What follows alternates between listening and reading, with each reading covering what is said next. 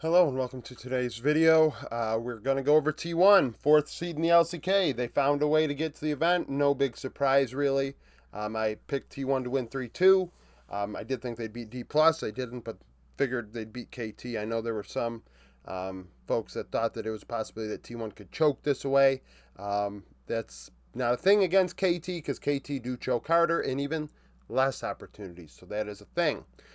Defending world champions, of course, that is the tagline going into this one. Truly, the pre-world's content in regards to Faker and the thought of you have to go through me to win truly is the case this year, as T1 are the defending champions. So that's interesting. This roster, one of the best in the history of League of Legends, if you really think about it, because they've been together for multiple years and had success internationally at this event time and time again. Sure, they didn't win every year and they've only won one Worlds, but how many rosters can you say that kept the same starting five have as much international success as this one has? I feel like a lot of people would struggle to find somebody that has multiple runner-up finishes internationally and a world championship in 2 years that, are able to do this. So that's a thing. So in top lane, you have Zeus, one of the best in the world. I know in my prediction video yesterday, for members only, I did say if Zeus didn't show up and didn't beat on perfect in the Rift, then Zeus would not be being claimed as one of the best top laners in the world. Because I mean, hell, this is his moment to actually come through and win that series for T1. So that's a thing. But a 1.5 KDA, 8.3 CS per minute, and a 61.2 KP. There are interesting aspects to this roster that are unlike others. So Zeus is involved. They fight around Zeus, kind of. I mean, way more than other teams at this event. It was 60%. There's only a few that are that high. 1.29 damage divided by gold, and then interestingly enough, a 22% damage and gold share. That's a lot of gold to your top laner. Zeus is a carry-oriented top laner. Yes, he can facilitate. Yes, he can play tanks, and he can play a bit of weak side. But through and through, Zeus is a carry top. So this meta where there are 80 carries being played in every which way has allowed him an opportunity to play interesting champions in his role. I mean, hell, he played 14 different champions in the 25 games of playoffs and regional finals. That's one thing you cannot deny about this team. This team is coming into here, I almost want to say, not meta dependent. And it's weird because it seems I've always said that T1 were, because you can't put Faker on carries.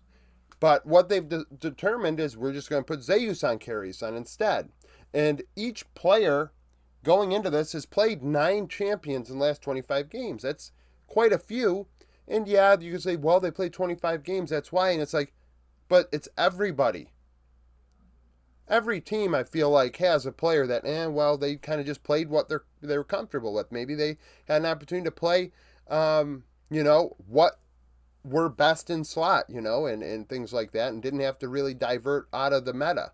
But this team plays a lot of different stuff. And I mean, Zeus getting 22% of the gold share is unique. 3.06 vision score divided by wards place vision efficiency. On average, Zeus has had quite a bit too. 527 gold, 15 CS, 384 XP domestically. Zeus is coming in on fire. He is playing great League of Legends, and he's going to be a tough test for anybody at the event. So seeing him into bin, possibly in the first series of Swiss, would be cool. In that, BLG are 1 seed and T1 are 4 seed, so they could actually play against each other right off the rip. 8 solo kills, and like I said, 14 champions played.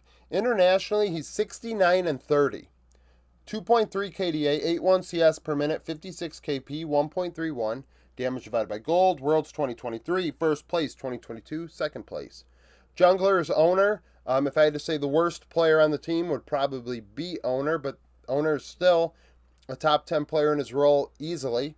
1.6 KDA, 6.4 CS per minute, and a 70 KP, which is second highest on the team. 1.09 damage divided by gold, and he does not play heavy carry junglers, which was interesting. I mean, 15.7% of the damage and 18.7% of the gold. So middle of the road in the damage department. We have some at this event at 20%, some at 13%. 4.19 vision efficiency, that's the best on the team. He's placing Ward's the best.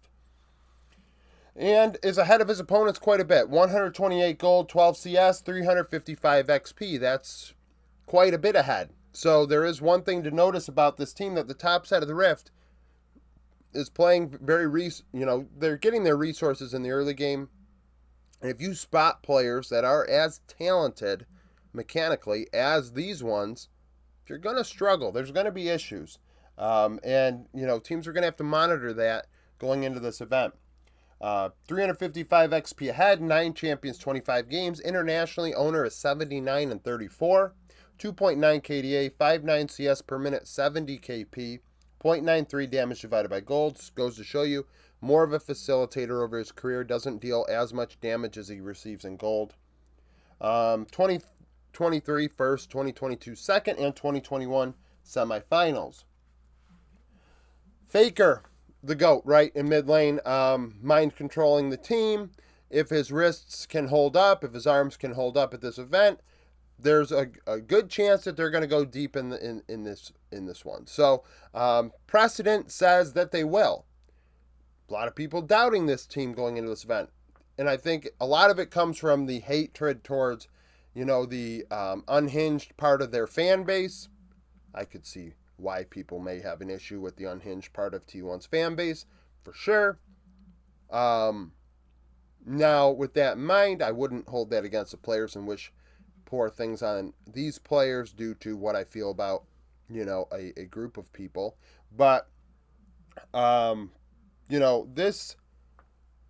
this team, precedent says they're going to go far, right? Faker has never not gotten to semifinals at an event.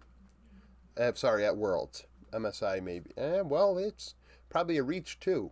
It's possible, but Worlds, he has not. So 1.7 KDA, 9.1 CS per minute, and only 61.6 KP. So 3 out of every 5 kills. It's pretty low for a mid. There are some that are that low, but then they also have CS to offset that, where Faker does not. He's spotting maybe a 13 CS lead at 10 minutes to a player like Chovy, and is nearly just as involved. 1.5 damage divided by gold, 26.1% of the damage, 22.4% of the gold. 2.85 vision efficiency, on average is behind LCK mids. 162 gold, 2 CS, 200 XP, so relatively even. 5 solo kills, 10 champions played in 25 games. Internationally, Faker is 181 and 74. 2.8 KDA, 8.6 CS per minute, and a 61 1 KP. 1.29 damage divided by gold. A world champion in 2013, 15, 16, and 23. Runner-up in 2017 and 2022. And in 2019 and 2021 out in semifinals. So like I said, T1 got here. Based on precedent, Faker would get to at least semifinals. Now, does that guarantee it? No. Could I see people arguing that they don't get there? Yes. But if they do, don't play the, who could have thought this could happen card. Based on precedent and history, they don't not get there if they end up at World. So it's one of those things, like, people want to play dumb, like how could it ever have happened? I thought I was so right. It's just not possible. It's a fluke it's how things normally end up with this team, that they end up getting there. If we look at every year, are we going to find that every one of these years they were first place going into, no, I think one year they were 4 seed, right? Or something like that. So, we got to be, transparent with our thoughts. 80 Carri is Guma, a player that a lot of people think I underrate Guma. I think Guma is quite a KDA player. Not high damage, necessarily. Not as big of a carry as Zeus, per se, and which makes me want this team to play more towards top side than bot lane. But Carri is also really strong, so it makes for a mess. But Guma, 2 KDA, 9.6 CS per minute, and once again, 62% KP. So we're seeing low kill participations. 3 out of every 5 kills. This team does not fight in a ball necessarily. There's a lot of kills here or there that are occurring that are not in a 5-man ball. 1.55 return on investment, 28% of the damage, and 23% of the gold. So between 23 and 22%, Zeus, Faker, and Guma all are kind of splitting up this gold relatively evenly. And that's not common. There's probably a couple teams out of the 20 that are here that have similar shares of the resources. And over a 25-game span, you can show, oh, well, this player's going to carry this game. Maybe this player carries that game. And that offers different aspects to the team that others simply really haven't been showing in the last month or so. 2.61 vision efficiency. We're going to combine Guma, Carri as 15-minute diffies in a minute. 11 champions, 26 games. Guma 79 and 34 over his career internationally. Is a performer. 4 KDA, 64.5 KP, 9.3 CS per minute, 1.2 damage divided by gold. Like I said, not very high return on investment from Guma. Internationally, historically, he's kind of not packed quite the punch that other players have in his role and, frankly, on his team. I feel like Zeus at 1.31 is doing more of that. And really, it shows in the numbers that that's the case. So, similar to Owner, first place in 23, second in 22, and semifinals in 21. Carri at support, I don't lie and hide the fact that I think Carri is the most mechanically gifted player in the world.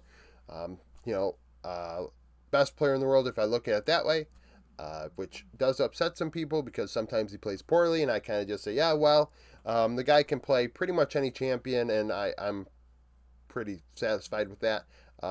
His willingness to pull random crap out in top lane, at support, including top laners, is something that not every support can do in the world, and some of the top ones in the world can't really do it, and he kind of sets the meta. We saw it last year at 2023 Worlds, that he was the reason, in my opinion, why T1 won, that his influence on the meta is what really caused JDG to lose to them. And then T1 beat Weibo afterwards, but JDG were probably the team to beat. And, I mean, missing adhered to what Carri wanted. Carri was in control of that situation leading into that series. And that's what won them that series, in my opinion. So, Carri 1.5 KDA and a 71.2 KP, which is not much different than a lot of supports here. However, it's the most on the team. So, Carri and Owner combined, really, pretty much, are the ones making things happen, which we see a lot of other teams do at this event, but 71%, so Carri is the playmaker of the team in that regard. 0.78 damage divided by gold, 1.7 vision efficiency. Now, when we combine Guma, Carri, they're not all that ahead at 15 minutes, about 80 gold, down 3 CS, and up about 116 XP, so relatively even. You're going against Pays and Lehens. You're going against Viper and Delight, Aiming and Moham, Deft and Barrel. One of those supports does not fit the other three. But either way, a team that, a bot lane duo that's going even at 15 minutes, maybe Carri is making things happen around the Rift. That high KP is in part probably why that is happening, or at least attempting to occur, because really, the gold would be higher if he was efficiently utilizing his time. But, you could make a conversation for this bot lane duo to be easily top 3 at this event. You have elite bot lanes everywhere from all, really, like, Aiming Moham, like, Moham is definitely the worst one of the 8 Eastern supports. I think you can make a case that Moham could be the worst of the major region supports. But, no, actually, Alvaro, I won't say that. Alvaro, I have a lot of hope for, but I won't say it, because when this event, we'll see what goes on with him. But in terms of Carri and Guma, they stand their ground against the best of the best, and they're going to be just fine at this event. Internationally, he's 83 and 39, 2.7 KDA, 70.2 KP. 2023 first, 2022 second, 2021 semifinals, 2020 with DRX quarterfinals. Coach is Coma. Coma's 132 and 51 over his career, and also has not finished worse than hell, he's went the distance in every world he's appeared in. 2013, 15, 16, he won. In 2017 and 2021, he would finish second place with D plus Kia in 2021. So the fact of the matter is, based on precedent, Coma hasn't not finished at least runner-up when he does get to this event. It has been a couple years, but, you know, like I kind of said during this video, I think a lot of people place the hate towards the fan base of T1 and kind of just don't want to see the team succeed as a result. It's kind of like that New York Yankees syndrome where, oh, they're so good that people don't like seeing them. You know, like this is one of the best rosters we've ever seen in league history. And I'm not going to, you know, use the, what a ZOFG, whatever the hell the people post. I'm not talking about that, but it is truly, I mean, you don't see many rosters stick together this long with this much success in LOL esports. So, you know, I think a couple years from now, after the breakup, people are going to look back and say, wow, what a great roster that was, given the time that we're in.